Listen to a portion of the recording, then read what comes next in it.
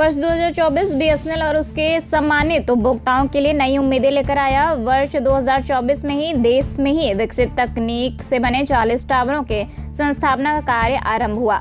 इसी वर्ष बीएसएनएल द्वारा राज्य सरकार के सहयोग से ग्रामीण क्षेत्र के सरकारी कार्यालय में फाइबर लगाने का कार्य आरंभ हुआ। बीएसएनएल द्वारा भारत फाइबर की राष्ट्रीय रोमिंग सुविधा की शुरुआत की गई।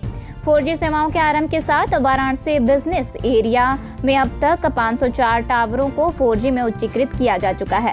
वाराणसी जिले में 206, भदोही में 41, बिदौली में 53, गाजीपुर में 125, मिर्जापुर में 44 तथा सोनभद्र में 22 टावरों को 4G में अपग्रेड किया जा चुका है। भारत सरकार के सैचुरेशन प्रोजेक्ट के तहत चंदौली में 5, मिर्जापुर में 7 और सोनभद्र में 28 नए 40 टावर चालू किया जा चुका है।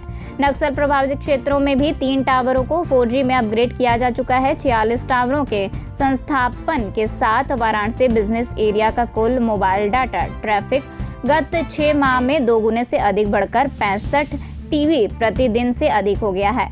वाराणसी बिजनेस एरिया में जुलाई से दिसंबर तक 2.5 लाख से अधिक नए उपभोक्ता बीएसएनएल से जुड़े, जिसमें 50,000 से अधिक उपभोक्ताओं ने अन्य कंपनियों को छोड़कर बीएसएनएल में पोर्ट किया।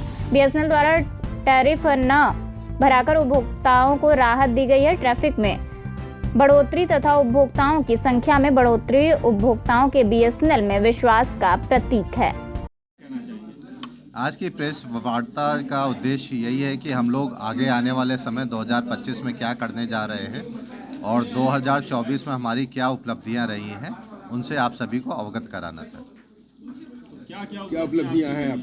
2024 हमारे लिए काफ़ी अच्छा रहा है। 2024 यानी पिछले साल से ही हम लोगों ने जो हमारे टावर काम कर रहे थे, जिनकी सभी को प्रतीक्षा थी 4G सर्विसेज, उसको आरंभ किया है।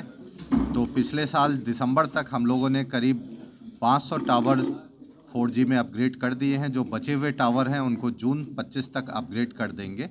साथ ही में हमसे करीब 2.5 लाख से ज़्यादा नए उपभोक्ता पिछले 6 महीने में जुड़े हुए हैं। हमारा जो डेटा ट्रैफिक जो 30 GB के लगभग था, 30 TB प्रति माह था जुलाई में, वो बढ़ के इस समय 65 TB प्रति माह हो गया है। उम्मीद है कि इसको हम जल्दी ही मार्च तक 100 TB तक ले जाएंगे। बेहतर सुविधाओं के लिए जो भी है, हम लोग नेटवर्क को ऑप्टिमाइज़ कर रहे हैं। 4G सर्विसेज स्टार्ट कर रहे हैं। सभी जगह हम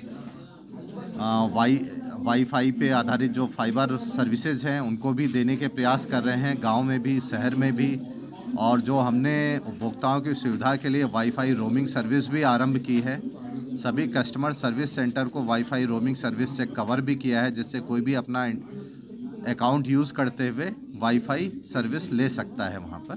सर, स्टूडेंट का भी आपने एक प्लान बताया, इसलिए ये है कि विद्या मित्रम योजना है। जो भी सक्षम लोग हैं या जो कॉरपोरेट हैं या जो भी अन्य सक्षम लोग स्पॉन्सर करना चाहें किसी भी ज़रूरतमंद स्टूडेंट्स को, तो वो 11,000 प्लस GST में 3 स्टूडेंट्स को साल भर के लिए या 21,000 प्लस GST में 6 स्टूडेंट को साल भर के लिए इंटरनेट सर्विस स्पॉन्सर कर सकते हैं। इसमें स्टूडेंट से अलग से कोई चार्ज नहीं लिया जाएगा।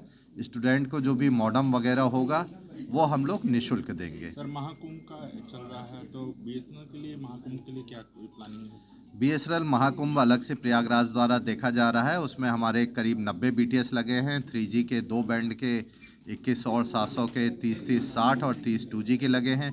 प्लस वहाँ पे जो सराउंडिंग BTS हैं उनको भी अपग्रेड किया गया है। और वाईफाई सर्विस के लिए वहाँ पे करीब 300 से ऊपर FTTH कनेक्शन लगे हैं। प्लस 18 से 20 वहाँ पे वाईफाई हॉटस्पॉट भी लगाए गए हैं, जिससे कि कस्टमर उससे जुड़ा रह सके।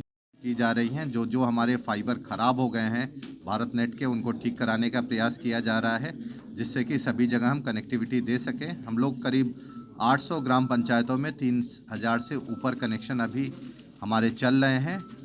साथ ही में जहाँ जहाँ हमारा कवरेज नहीं है वहाँ पे भी आगे आने वाले समय में नए टावर लगाएंगे। जहाँ पे हमें बैटरी की दिक्कत है वहाँ पे भी हम कुछ इंतजामात करने की कोशिश कर रहे हैं, जिससे कि बिजली जाने पे नेटवर्क में व्यवधान ना हो। उम्मीद है कि जो है मिर्जापुर लखनऊ पड़ता है, वहाँ नेटवर्क एकदम नहीं है। मिर्ज़ापुर और इसके नेटवर्क एरिया के लिए बताया है। मिर्ज़ापुर और सोनभद्र के जो पहाड़ी एरिया हैं या जो अनकवर्ड एरिया हैं, वहाँ पे करीब हम 50 टावर सैचुरेशन प्रोजेक्ट में लगा रहे हैं। प्लस 78 जो टावर्स हैं नक्सल प्रभावित क्षेत्र को, उनको हम 4G में अपग्रेड कर रहे हैं। तो जो सैचुरेशन का काम है वो मार्च तक हो जाएगा और LWE यानी नक्सल वाला काम हमारा जून तक हो जाएगा। तो वहाँ के जो ग्रामीण अंचल हैं या पहाड़ी क्षेत्र हैं या सुदूरवर्ती क्षेत्र हैं वो भी कवर हो जाएंगे 4G से।